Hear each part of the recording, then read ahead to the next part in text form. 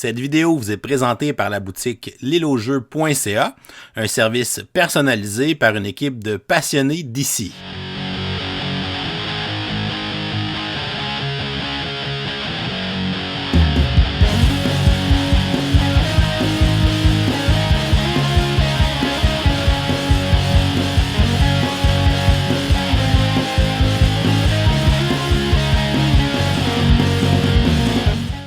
Salut les gamers, bienvenue à Professeur Board Game, je m'appelle David. Aujourd'hui à Board Game 101, après l'énorme succès de la trilogie des Royaumes de l'Ouest, on commence une nouvelle trilogie de jeux avec les Voyageurs du Tigre du Sud qui a été édité en 2022 par Garfield Games après une campagne Kickstarter.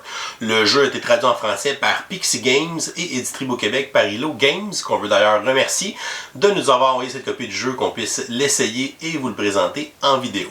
C'est un jeu du même duo d'auteurs que la trilogie des Royaumes de l'Ouest, donc S.G. McDonald et Shem Phillips. Celui-ci se joue de 1 à 4 joueurs et les parties vont durer entre 60 à 90 minutes. Le but du jeu est de marquer le plus de points de victoire. C'est un jeu de type euro avec du placement de dés, du placement d'ouvriers. On a du draft de cartes, on va essayer d'accumuler, de se construire plutôt un tableau de cartes qui va représenter nos découvertes et nos voyages.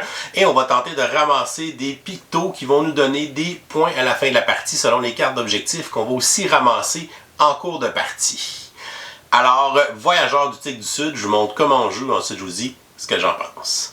On va installer une partie pour 2 joueurs. Premièrement, on va assembler les 3 morceaux pour former le plateau principal et chaque morceau est recto-verso et on peut utiliser la face de notre choix, ce qui va donner une configuration différente pour la piste journal qui se trouve au milieu du plateau. On va ensuite prendre les tuiles journal et on va aller en placer une dans chacun des emplacements qui est vide sur la piste journal. Ce seront des bonus que les joueurs vont gagner lorsqu'ils vont atteindre ces cases pendant la partie. On va aussi placer les ouvriers verts sur leur emplacement respectif de la piste journal au centre du plateau principal.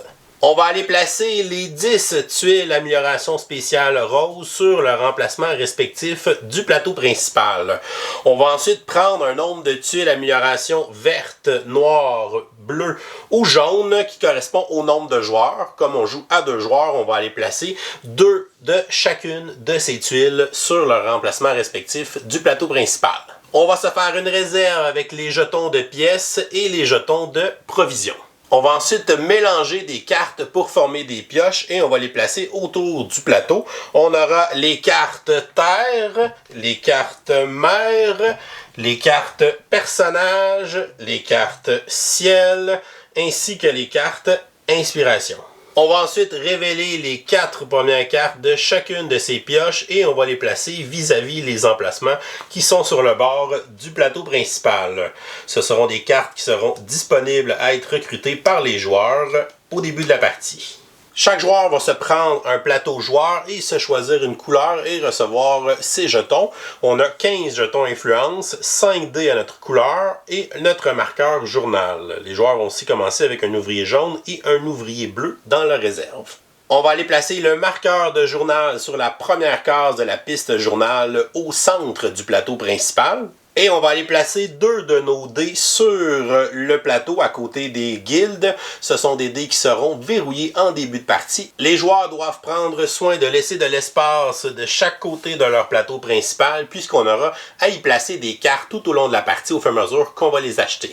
On va ensuite déterminer un premier joueur au hasard et il va recevoir ses ressources de départ qui sont 2 jetons de provision et 3 jetons de pièces. De plus, il va aller placer un de ses jetons d'influence sur la guilde bleue du plateau principal. Alors que le deuxième joueur va lui aussi recevoir 2 jetons de provision, 3 jetons de pièces, il va aller placer un de ses jetons d'influence sur la guilde bleue et un de ses jetons d'influence sur la guilde jaune du plateau principal. Et finalement, les 2 joueurs vont prendre les 3 dés restants de leur réserve et vont les lancer et les placer dans leur réserve avec les résultats obtenus pour débuter la partie. Une partie de Voyageurs du Tigre du Sud se joue à tour de rôle. À son tour, un joueur peut décider soit d'utiliser un dé de sa réserve et de le placer sur un emplacement d'action de son plateau personnel, ou bien d'une carte qu'il a ajoutée pendant la partie qui possède un emplacement d'action. Il peut aussi, à la place, placer un de ses ouvriers de sa réserve pour aller le placer sur une carte et faire l'action qui est vis-à-vis cette carte sur le plateau principal.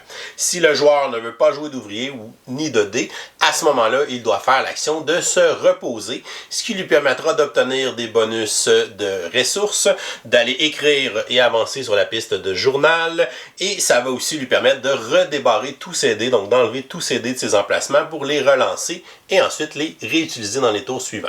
Les joueurs vont tenter tout au long de la partie d'aller acheter des cartes terre, des cartes eau, des cartes ciel et des cartes personnages pour pouvoir les placer dans leur panorama de cartes pour accumuler différents pictos qui pourront leur donner des points à la fin de la partie.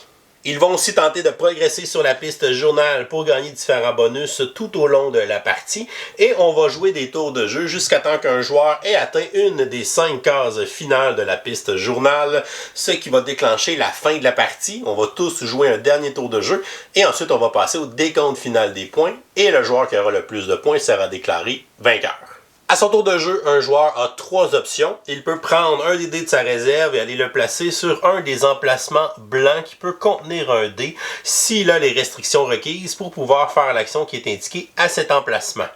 Il peut aussi, s'il a des ouvriers dans sa réserve, utiliser un de ses ouvriers et le placer soit sur une carte personnage, une carte terre ou une carte eau pour aller effectuer l'action qui est vis-à-vis cette carte sur le plateau principal.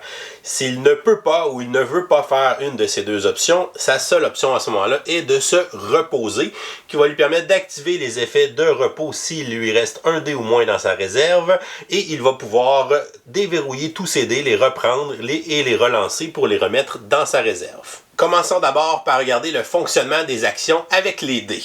Les joueurs possèdent 3 dés dans leur réserve au début de la partie et à notre tour de jeu, je peux utiliser un de ces dés pour le placer sur un emplacement d'action qui est vide, qui ne contient pas d'autres dés. Certains emplacements vont me demander d'avoir certains pictos précis pour pouvoir y placer mon dé. Pour savoir quels pictos sont associés à nos faces de dés, on va aller regarder notre tableau de caravane dans le haut de notre plateau personnel. On voit qu'il y a une colonne pour chaque valeur de dés dans l'espace caravane et on a des icônes qui sont déjà présents en début de partie. Donc ma face numéro 1 de mes dés a déjà le picto du dromadaire et on voit que ma face 6 sur mes dés a déjà un picto de télescope. Mais ce sont les deux seuls pictos que je possède en début de partie. C'est-à-dire que toutes les autres faces, le 2, le 3, le 4 ou le 5, n'ont aucun picto sur leur face. Donc, si je veux faire l'action qui est ici avec un dé, c'est un icône de dromadaire, donc je devrais utiliser un dé de valeur 1 pour le placer à cet emplacement-là, puisqu'il a le picto qui est demandé pour pouvoir exécuter cette action. Et si je veux faire l'action ici qui demande un picto de télescope, ben je devrais utiliser un dé de valeur 6 pour le placer à cet emplacement, puisque c'est ma seule face de dé qui possède ce picto. Durant la partie, les joueurs pourront acheter des tuiles d'amélioration qu'ils pourront placer sur leur caravane pour ajouter des pictos à certaines valeurs des dés. Donc, si je place la tuile qui est à cet emplacement-là, ça va donner le picto du bateau à ma face numéro 3, ce qui me permettrait d'aller faire l'action qui est ici avec un dé de valeur 3. Et ça va aussi donner le picto du pigeon à mes faces 4, qui pourrait me permettre d'aller faire l'action qui est ici sur mon plateau personnel. Donc au fur et à mesure que la partie va avancer, on va avoir de plus en plus de tuiles d'amélioration, donc nos faces de dés vont avoir de plus en plus de pictos sur elles. Certains espaces d'action sont blancs et n'ont aucun picto de représenté sur ceux-ci, ce qui veut dire qu'on peut utiliser n'importe quel dé pour le placer sur cet emplacement et effectuer l'action qui est vis-à-vis. Regardons maintenant que font les actions de notre plateau personnel. Donc si je prends mon 1 qui a un picto de dromadaire, je vais le placer sur l'emplacement qui est ici. On voit que lorsqu'il y a une action avec une flèche au centre, ce qui est à gauche est le coût de l'action. Donc je dois payer 2 jetons de provision de ma réserve. Et ensuite, je vais pouvoir gagner la récompense qui est à droite de la flèche, c'est-à-dire d'acheter une carte jaune et de gagner un jeton de pièce. Les cartes jaunes sont les cartes de terre, donc le joueur a le choix de prendre n'importe quelle des 4 cartes qui sont face visible autour du plateau. Et si jamais il ne veut pas aucune de ces cartes, il a quand même une autre option.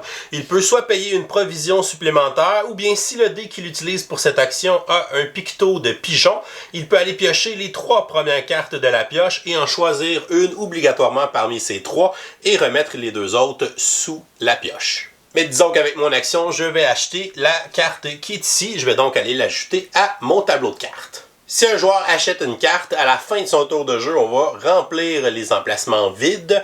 Donc, on va aller faire glisser les cartes pour qu'elles se rapprochent du centre du plateau et on va aller placer une nouvelle carte dans l'emplacement qui est juste à côté de la pioche. Donc, les cartes personnages vont aussi glisser vers le centre. Même chose pour les cartes ciel ainsi que les cartes d'eau. Pour les cartes inspiration, lorsqu'on va en recruter une, elles vont glisser vers le bas et on va pouvoir en mettre une nouvelle à côté de la pioche. Lorsqu'on achète une carte terre, on va aller la placer à gauche de notre plateau principal pour représenter nos voyages sur la Terre. Lorsqu'on va placer une carte, on va regarder s'il y a un effet instantané avec un éclair, ce qui est le cas de cette carte. On va donc gagner le bonus qui est ici, c'est de déverrouiller un de nos dés. Donc, j'ai pas le choix, j'ai juste ce dé-là qui est sur mes emplacements d'action. Je vais donc le relancer et le retourner dans ma réserve. Il sera de nouveau utilisable dès maintenant. Sur les cartes de terre, on va toujours retrouver soit un picto de point de vue comme cette carte-là, ou des pictos de ville qui vont pouvoir s'accumuler pour nous donner des points à la fin de la partie, ou avec certaines cartes ciel d'objectifs qu'on peut aussi gagner en cours de partie. Certaines de ces cartes pourraient aussi avoir des pictos d'observatoire et de bibliothèque qui peuvent aussi nous rapporter des points selon les objectifs qu'on va ramasser dans la partie. Cette carte me donne un pouvoir passif pour le reste de la partie. À chaque fois que je vais gagner une carte avec un picto d'observatoire ou de bibliothèque, je vais gagner soit une ressource de provision ou une pièce que je vais ajouter dans ma réserve personnelle. Donc, si par exemple, dans un autre tour de jeu, j'ai réussi à obtenir une carte terre, je vais l'ajouter à la gauche de celle-ci. Et on voit ici que j'ai un picto de ville et j'ai un picto d'observatoire. Je déclencherai donc mon habileté qui est ici. Je pourrais prendre un jeton de provision. Et on voit ici que cette carte m'ajoute un emplacement d'action. Donc, les cartes qui ont des cases blanches avec certains pictos à l'intérieur sont des emplacements de dés. On pourra, à partir de notre prochain tour de jeu, y placer un dé s'il possède les pictos demandé pour activer cette action. Si je possédais un dé qui avait un picto de bateau, je pourrais le placer sur cet emplacement-là, payer 2 provisions pour aller m'acheter une carte d'eau qui fonctionne sensiblement de la même façon que les cartes terre. On a donc le choix de prendre une des 4 cartes face visible autour du plateau, ou si j'ai un icône de pigeon sur mon dé, ou bien si je paie une provision de plus, je pourrais prendre à ce moment-là les 3 premières cartes de la pioche pour en choisir une parmi celles-ci. Lorsqu'on achète des cartes eau, on va les placer à la droite de notre plateau personnel, ce qui va représenter les voyages sur la mer qu'on va effectuer pendant la partie. Lorsqu'on place une nouvelle carte eau dans notre tableau personnel, on va aller regarder les icônes d'éclair pour voir s'ils s'alignent avec des icônes bonus sur la carte précédente. On voit ici qu'il y a 2 connexions. Donc, premièrement, je vais gagner la ressource de provision. Et ensuite, ici, je vais gagner cette action bonus, c'est-à-dire que je vais pouvoir aller placer un jeton d'influence sur une carte autour du plateau. Lorsqu'on a un effet de jeu qui nous permet de placer un jeton d'influence sur une carte, on doit le placer sur une carte qui n'en possède pas déjà. Et ce que ça va faire, c'est que si nos adversaires interagissent avec cette carte, ils devront nous payer un jeton de provision ou une pièce pour pouvoir exécuter l'action qu'ils veulent faire. Interagir avec la carte peut se faire de 2 façons. Si l'adversaire place un ouvrier sur la carte pour pouvoir utiliser l'action du plateau, il devra nous payer le coût. Ou bien si le joueur achète la carte, à ce moment-là, il devra aussi nous payer le coût car on a une influence sur celle-ci.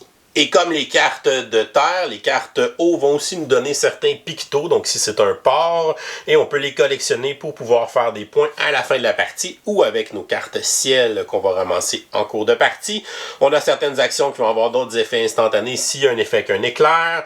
On peut avoir des cartes qui vont avoir des pouvoirs passifs et on peut avoir des cartes comme celle-ci qui vont nous donner un nouvel emplacement d'action. Donc si je réussis à mettre un dé qui possède 2 icônes de bateau selon mon tableau de caravane, je vais pouvoir activer cette action qui va me permettre d'aller chercher un ouvrier qui est sur une carte du plateau principal, de déverrouiller un de mes dés et d'aller placer un d'influence sur une carte. Si je possédais un dé de valeur 6, je pourrais aller sur l'action qui est ici, qui demande un télescope, puisque mon D6 a un télescope de base. Et j'ai le choix entre deux actions. Je peux aller acheter une carte ciel en payant son coût en pièces, ou bien je peux aller acheter une tuile noire pour venir placer dans ma caravane pour ajouter des pictos supplémentaires à mes faces de dés. Si je veux faire l'action d'acheter une carte ciel, je vais payer le coût qui est sur le plateau vis-à-vis la carte que je désire. Les cartes ciel sont des cartes d'objectifs de fin de partie qui vont nous permettre de scorer des points de façon différente ou par rapport aux différents pictos qu'on va accumuler dans notre tableau personnel. Ces cartes possèdent aussi des pictos, donc on a des étoiles, des comètes, on a aussi le soleil, la lune ou des pictos de planètes. Et on a certaines cartes aussi qui ont des effets instantanés avec des éclairs pour nous donner certains bonus lorsqu'on va acheter ces cartes. Alors que si je veux acheter une tuile noire, je devrais payer le coût qui est indiqué sur le plateau principal. Donc j'ai le choix de payer 3 pièces pour prendre n'importe quelle tuile, ou je pourrais défausser 2 jetons d'influence qui sont placés sur la guilde noire pour payer le coût de la tuile. Malheureusement, je n'ai aucune influence ici, donc je devrais payer avec les 3 pièces pour me procurer n'importe quelle de ces tuiles et la placer dans la zone caravane de mon plateau personnel. Si on décide d'acheter une carte ciel, on doit la placer dans un emplacement qui est au-dessus d'une carte terre ou au-dessus d'une carte mer qui est déjà placée. Donc on ne peut pas placer une carte ciel dans le vide. Par exemple, je pourrais la placer ici, au-dessus de ma carte eau. Et on voit qu'il y a un effet instantané sur cette carte ciel. Je vais gagner un jeton d'influence que je vais aller placer dans la guilde jaune. Et avec cette icône, je peux déplacer un de mes jetons d'influence d'une guilde à l'autre sur le plateau principal. Les cartes ciel vont nous donner un objectif de scoring de fin de partie. Donc ici, à la fin de la partie, je vais gagner un point de victoire plus un point de victoire pour chaque 2 jetons d'influence que je vais avoir dans la guilde jaune, ce qui peut me donner un objectif pour tenter de le maximiser à la fin de la partie. Ces cartes vont aussi nous donner certains pictos, donc ici j'ai un picto d'étoiles qui vont nous permettre d'avancer sur la piste journal ou bien de scorer d'autres objectifs de d'autres cartes ciel. Si à la place, j'avais choisi d'acheter une tuile pour placer dans ma caravane, je dois la placer sur des emplacements libres, donc on ne peut pas faire chevaucher les tuiles les unes par-dessus les autres, et on doit placer la tuile pour que les pictos soient dans le sens des images, donc je ne peux pas les placer sur les côtés, il faut qu'ils soient droits. Donc je pourrais par exemple couvrir les 2 emplacements qui sont ici dans la colonne de ma face de D4, et en recouvrant un emplacement avec une pièce, je vais gagner cette pièce dans ma réserve personnelle. Une fois qu'une tuile amélioration a été placée, elle ne pourra plus être déplacée du reste de la partie. Mais maintenant, avec cette tuile d'amélioration, ma face de D4 possède 3 pictos, ce qui va me faciliter l'accès aux différentes actions qui sont sur mon plateau ou sur mes cartes. Si on recouvre une icône avec une provision, on va gagner une provision immédiatement. Si on recouvre cette icône, on va placer un jeton d'influence sur une carte autour du plateau principal. Pour cette icône, on va déplacer un de nos jetons d'influence d'une guilde à l'autre du plateau. Et pour l'icône qui est là, on va déverrouiller un de nos dés, le relancer et le replacer dans notre réserve. Donc maintenant, comme mon 4 possède plein de pictos, je pourrais le placer sur le picto du pigeon pour effectuer l'action qui est ici. J'ai le choix entre 2 actions. Je peux faire une action de journal qu'on va vous décrire un peu plus tard lorsqu'on va parler de l'action se reposer.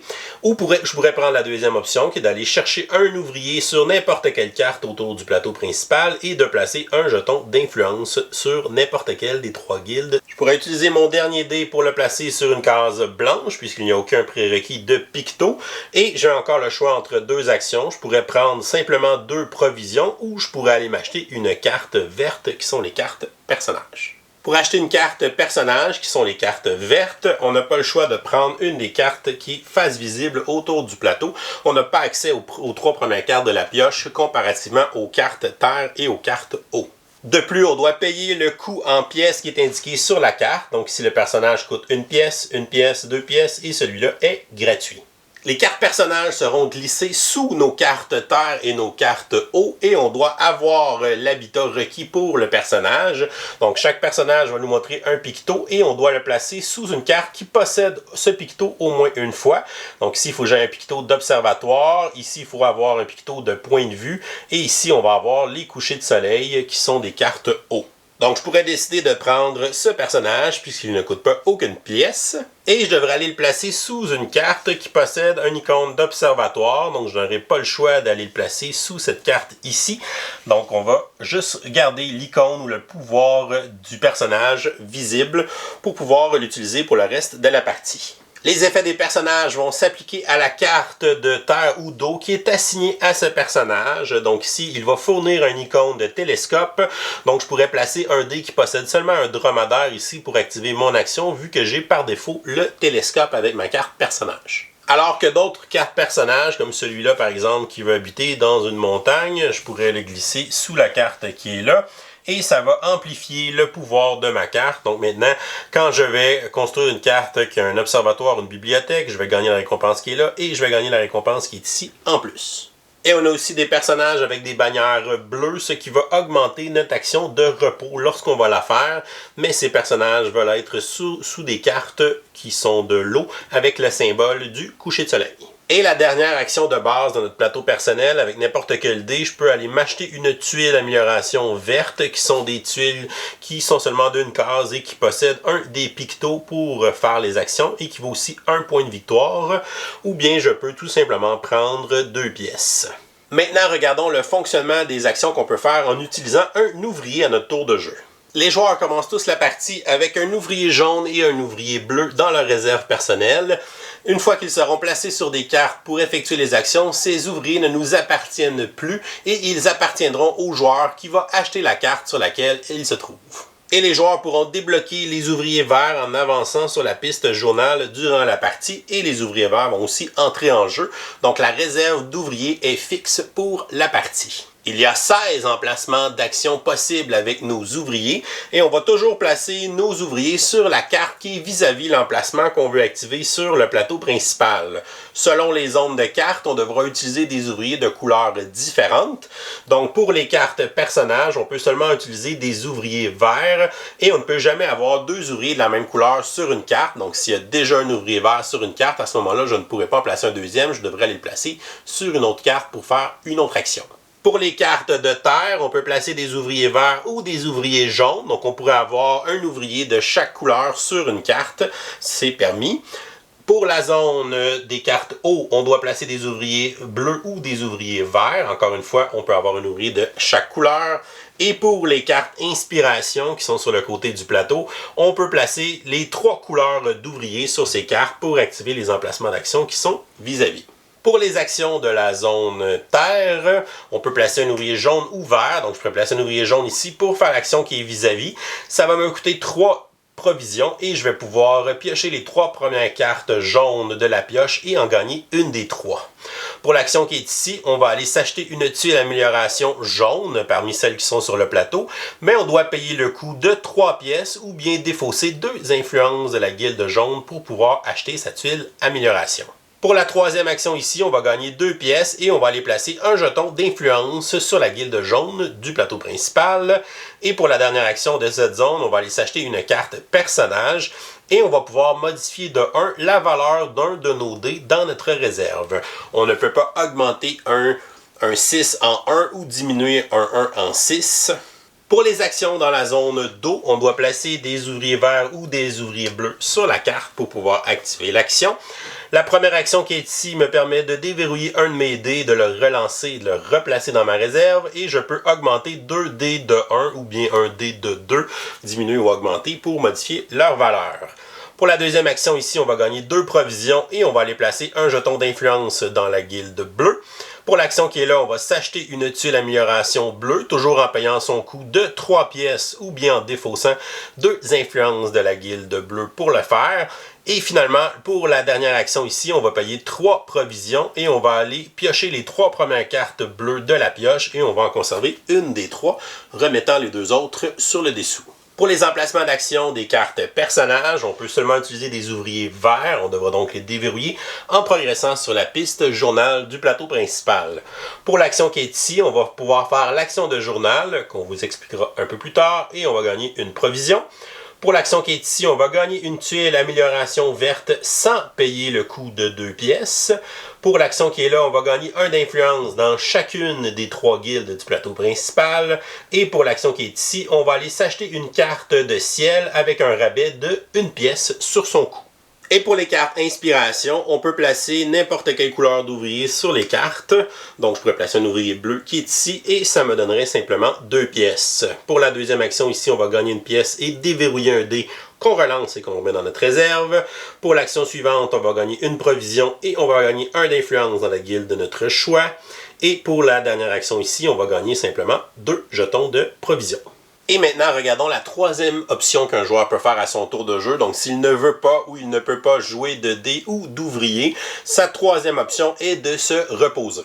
Premièrement, lorsqu'on choisit l'action se reposer, on va regarder s'il nous reste des dés dans notre réserve. S'il nous en reste 1 ou 0, à ce moment-là, on va pouvoir bénéficier des effets de repos de nos bannières bleues de personnages. S'il nous reste par contre 2 dés plus dans notre réserve, lorsqu'on se repose, on ne gagnera pas les effets bonus de repos de nos bannières bleues. On va seulement aller déverrouiller tous nos dés. Donc, dans le cas présent, je n'ai plus de dés dans ma réserve. Donc, je vais premièrement prendre tous mes dés qui sont sur des emplacements d'action. Je vais les relancer et je vais les replacer dans ma réserve avec les nouveaux résultats obtenus. Et comme j'avais aucun dé dans ma réserve lorsque j'ai fait l'action, je vais pouvoir activer les effets se reposer, donc dans l'ordre de mon choix. Donc, ici, je vais gagner une pièce et ensuite, je vais aller faire l'action de journal. À chaque fois qu'on va exécuter l'action de journal, que ce soit par l'icône journal lorsqu'on fait l'action se reposer, ou bien une case action qu'on peut activer avec un de nos dés sur notre plateau personnel ou avec un de nos dés sur une de nos cartes, on va aller essayer d'avancer notre marqueur journal à la prochaine page du journal en regardant si on atteint les prérequis qui sont demandés par les tâches d'encre nous permettant de progresser vers la droite. La première fois qu'on va faire l'action de journal, on va avancer automatiquement puisque les 2 premières tâches d'encre n'ont pas de prérequis. Donc, dès que je vais avoir une icône de journal, je vais pouvoir choisir si je veux m'avancer sur la case qui est là ou bien celle-ci. Si, par exemple, je décide de m'en venir sur celle-là, je vais gagner immédiatement la récompense qui est sur la tuile journal. Donc, ici, c'est de gagner une tuile verte gratuitement sans payer son coût. Et comme je suis le premier à arriver, je vais gagner l'ouvrier vert qui était à cet emplacement que je vais placer dans ma réserve et que je pourrai utiliser dans un tour suivant. La prochaine fois que je vais faire l'action de journal, je devrais avoir les prérequis demandés par les 2 nouvelles tâches d'encre que je peux emprunter. Donc, on ne peut jamais revenir en arrière sur la piste journal, on progresse tout le temps vers la droite. Donc, pour avancer sur cette tâche d'encre, je dois avoir au minimum 2 pictos de ville dans mon tableau personnel, alors que pour avancer ici, je dois avoir un picto de point de vue. Présentement, dans mon tableau personnel, j'ai les 2, donc je peux choisir quel chemin je vais emprunter. Je vais décider d'emprunter le chemin ici avec le picto de point de vue, puisque je sais déjà que j'ai 2 icônes d'étoiles pour la prochaine étape, donc on peut essayer de planifier un peu le chemin qu'on veut emprunter sur le journal pour ne pas rester bloqué. Lorsque j'atteins cette case, on a des nouveaux effets bonus qui vont arriver. On va gagner un nouveau dé. On va donc aller chercher un de nos 2 dés qui étaient verrouillés sur le plateau principal. On va le lancer et on va aller l'ajouter dans notre réserve de dés immédiatement. De plus, on va pouvoir gagner une carte inspiration. Lorsqu'on gagne une carte inspiration, on peut prendre n'importe quelle des 4 cartes inspiration qui est visible sur le plateau principal. Ce sont des cartes qui vont nous donner un objectif supplémentaire et s'il est atteint, on va multiplier la carte ciel sur laquelle elle est associée par x2 à la fin de la partie dans le décompte final des points. Si les cartes qui sont là ne nous intéressent pas, on peut décider de la défausser et à la place, activer gratuitement l'emplacement d'ouvrier qui est vis-à-vis la carte qu'on défausse. Donc, je pourrais décider de prendre celle-ci et je vais venir la glisser sous une de mes 2 cartes ciel. Donc, je vais la glisser sous celle-ci, par exemple, ce qui va pouvoir me permettre d'avoir x2 à cet objectif si j'ai réussi à avoir 6 jetons de provision à la fin de la partie. Une carte ciel peut contenir un maximum d'une carte inspiration. La prochaine fois que je fais l'action de journal, je pourrais avancer ici comme j'ai 2 étoiles dans mon tableau personnel. Je vais gagner 2 provisions et je vais aller me chercher un autre ouvrier vert. Et la prochaine fois, je pourrais déjà avoir une tuile verte de placer dans ma caravane, ce qui me permettrait d'avancer à cet emplacement. Lorsqu'on va rencontrer cette icône, on va pouvoir gagner une tuile d'amélioration spéciale parmi celles qui sont encore disponibles sur le plateau principal.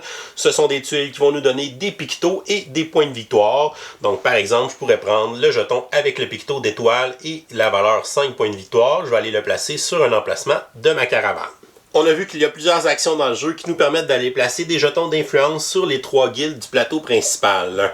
On peut avoir des points à la fin de la partie. Si on est majoritaire en influence sur une guilde, ça va nous donner 3 points de victoire, mais on peut aussi utiliser ces jetons d'influence pendant la partie pour se donner des bonus. À chacun de mes tours, je peux décider d'enlever un d'influence sur une guilde pour activer son effet.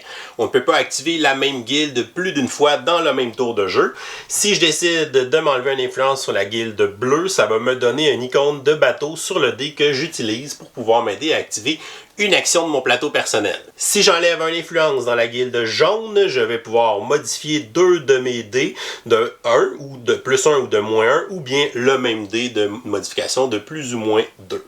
Et si je retire une influence dans la guilde noire, lorsque je fais une action de journal, je vais pouvoir avancer d'une étape supplémentaire si évidemment j'ai les prérequis qui sont demandés par les tâches d'encre.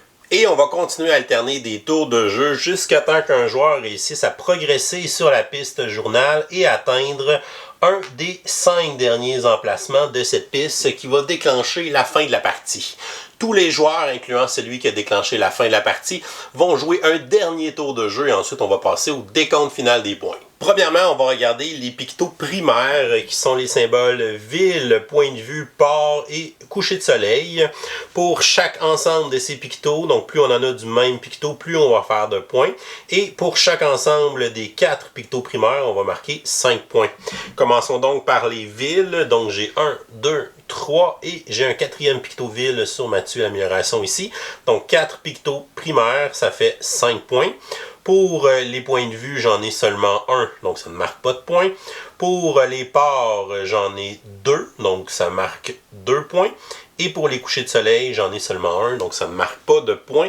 Par contre, j'ai un ensemble des 4 pictos primaires, ce qui me donne 5 points.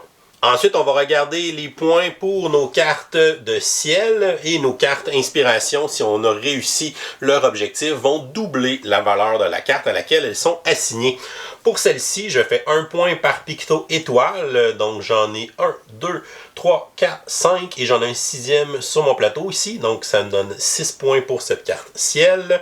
Pour celle-ci, j'ai une carte inspiration, mais je n'ai pas 6 provisions, donc je n'aurai pas le bonus de x2.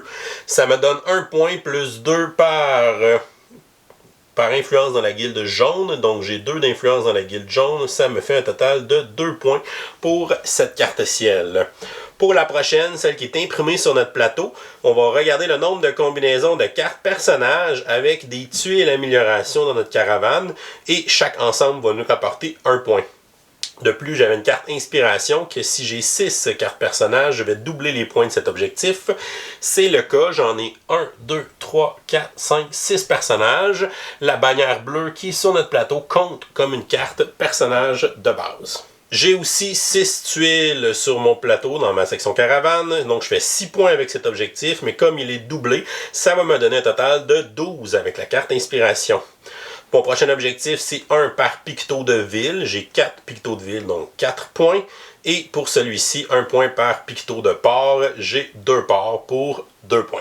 On va ensuite additionner les points dans la zone de caravane. Donc j'ai 5, 6, 7 avec les tuiles que j'ai ramassées pendant la partie. Et finalement, on va aller regarder les majorités sur les 3 guildes avec nos jetons d'influence. Chaque joueur qui réussit à être majoritaire va marquer 3 points dans une guilde. Donc pour la guilde bleue, je vais marquer 3 points puisque je suis le joueur rouge. Pour la guilde jaune, on est à égalité. À ce moment-là, aucun joueur ne marque les points pour la majorité. Et pour la guilde noire, c'est le joueur bleu qui va marquer les 3 points. On va donc additionner toutes ces sources de points pour avoir notre score final et le joueur qui aura le plus haut score sera déclaré vainqueur. Si jamais on a une égalité, c'est le joueur qui a le plus d'influence dans la guilde noire, sinon le plus d'influence dans la guilde jaune, sinon le plus d'influence dans la guilde bleue qui va départager l'égalité, sinon ce sera une victoire partagée. Et voilà, c'est comme ça qu'on joue à Voyageurs du Tigre du Sud. Je vous reviens avec mon opinion personnelle. Qu'est-ce que je pense de Voyageurs du Tigre du Sud? Commençons par les côtés positifs. Premièrement, je suis déjà un grand fan de ce duo d'auteurs-là qui ont vraiment su me surprendre avec toute la trilogie du Royaume de l'Ouest. Parce que c'est vraiment tous des jeux qui sont très originaux les uns par rapport aux autres. On n'a pas l'impression de trouver une redondance dans leurs jeux. Donc j'ai toujours hâte de découvrir les nouveaux designs qui nous concoctent. Et ça a été une belle surprise encore une fois avec celui-ci. Premièrement, pour le matériel, c'est quand même très bien. J'ai beaucoup aimé qu'on arrête de faire les maudites petites boîtes carrées trop petites où ce que tout rentre flush puis que dès qu'on sort une extension, ben, tu vas être obligé d'acheter notre grosse boîte qui est dans le fond une boîte standard. Donc là, on est allé avec une boîte standard en partant, une boîte standard qui a un insert qui est quand même assez pratique, qui nous permet justement de classer toutes les tuiles amélioration dans des petits emplacements, donc c'est plus facile de faire la mise en place. Fait que vraiment chapeau pour ça, une belle direction pour le rangement enfin, puis le fait de prendre une boîte qui a une bonne grosseur, qui va probablement rentrer les extensions qui vont sortir par la suite. Donc ça c'est très bien. Encore une fois, c'est Demico qui fait les illustrations, donc j'adore toujours son style visuel. Je trouve qu'il donne vraiment vie à des univers.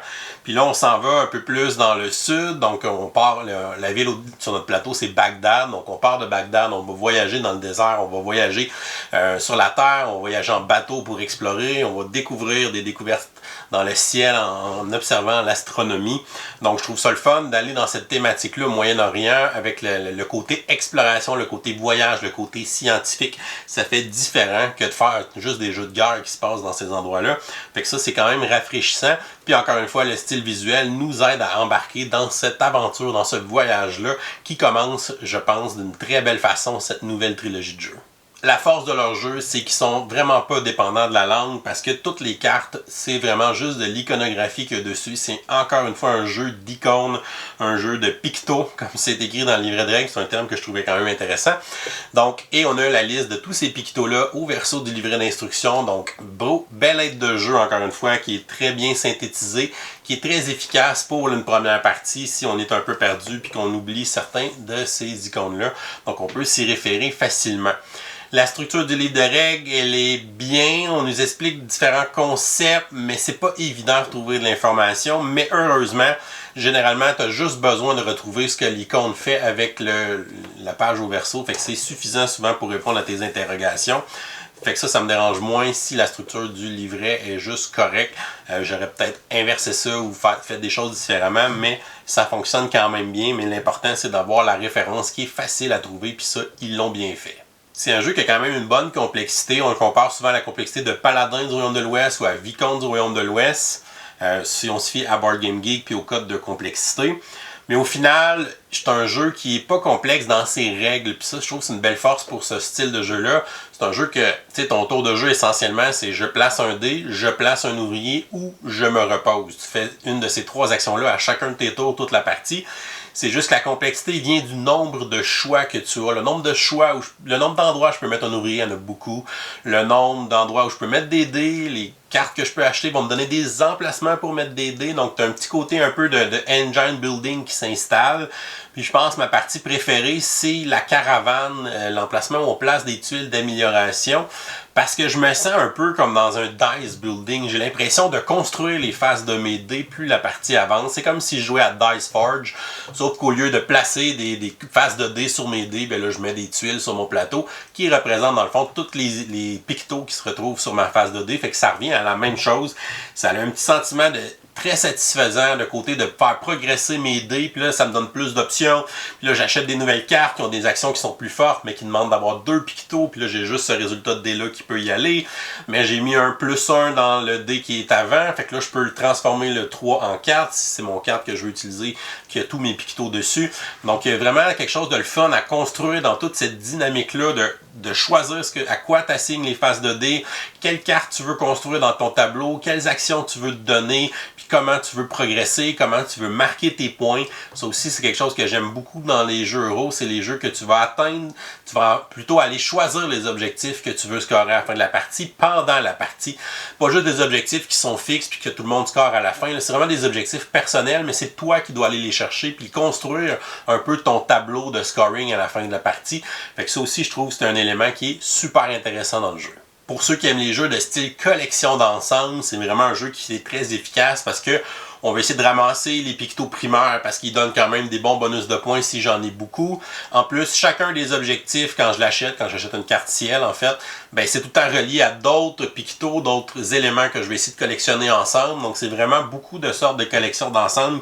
Si je veux scorer le x2 d'une carte inspiration, on va nous demander d'avoir un certain nombre de telle icône, d'avoir ramassé telle chose, telle tuile d'amélioration, d'avoir telle ressource à la fin, des trucs comme ça.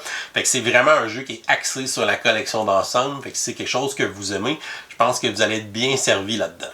Le jeu vient déjà avec un mode solo. C'est un mode solo qui fonctionne avec un automa. Vous avez un petit paquet de cartes qui va gérer ce qu'il va faire. Fait que je pense que c'est intéressant puis que sont quand même bien réputés par leur mode solo par le passé. Personnellement, je ne l'ai pas essayé, mais j'ai entendu des bons commentaires sur celui-ci. Pour les côtés négatifs, pour le matériel, deux petites choses. La première, c'est très mineur, mais c'est les jetons d'influence. Je les trouve quand même très petits. Ils sont pas évidents toujours à manipuler. Puis l'autre chose, c'est les couleurs des cartes. Quand on regarde les icônes sur les actions, bon, tu obtiens une carte verte, une carte jaune, une carte bleue, une carte noire, c'est évident. Mais quand on regarde les cartes, il y a juste une petite bannière dans le coin de la carte qui dit c'est la couleur de la carte.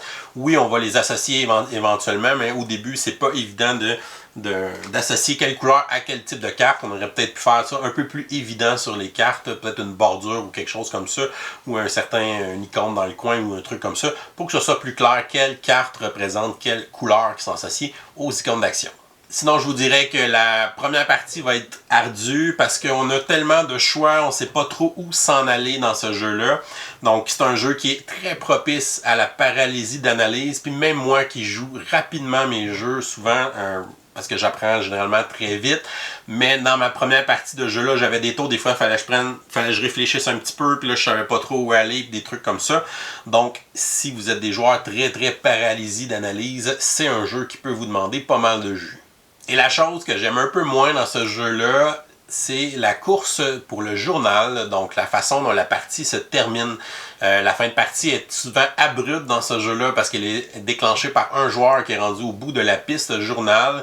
Et souvent, ça va prendre évidemment les autres à contre-pied et ça va faire une petite fin amère un peu pour la partie parce que là, tu es en train de construire tes affaires, tes combos, puis là, ben non, la partie est finie, tu finiras pas ton combo parce que je déclenche la fin de la partie.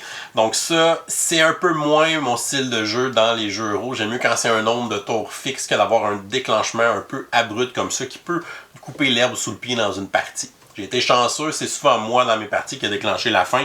Mais évidemment, quand c'est pas le cas, ben ça nous laisse un petit goût un peu moins bon en bouche. Somme toute, c'est quand même un jeu qui m'a agréablement surpris. Je vais lui donner une note de B+. Un très bon jeu qui marie bien différents styles de jeu ensemble, qui utilise bien aussi les dés dans un jeu euro.